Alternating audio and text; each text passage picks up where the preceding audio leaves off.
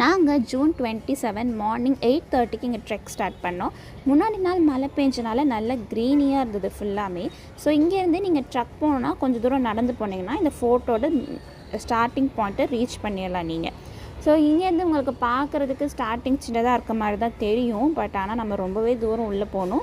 So starting steps எல்லாமே கொஞ்சம் பெருசாக இருக்கிறனால உங்களுக்கு கொஞ்சம் மூச்சு வாங்குற மாதிரி ஃபீல் ஆகும்.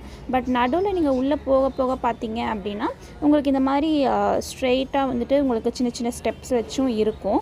ஸோ அது கொஞ்சம் ரிலாக்ஸ் ஆகிற மாதிரி இருக்கும். ஸோ இன்னுமே நிறையா இருக்குது, நான் உங்களுக்கு சொல்கிறேன்.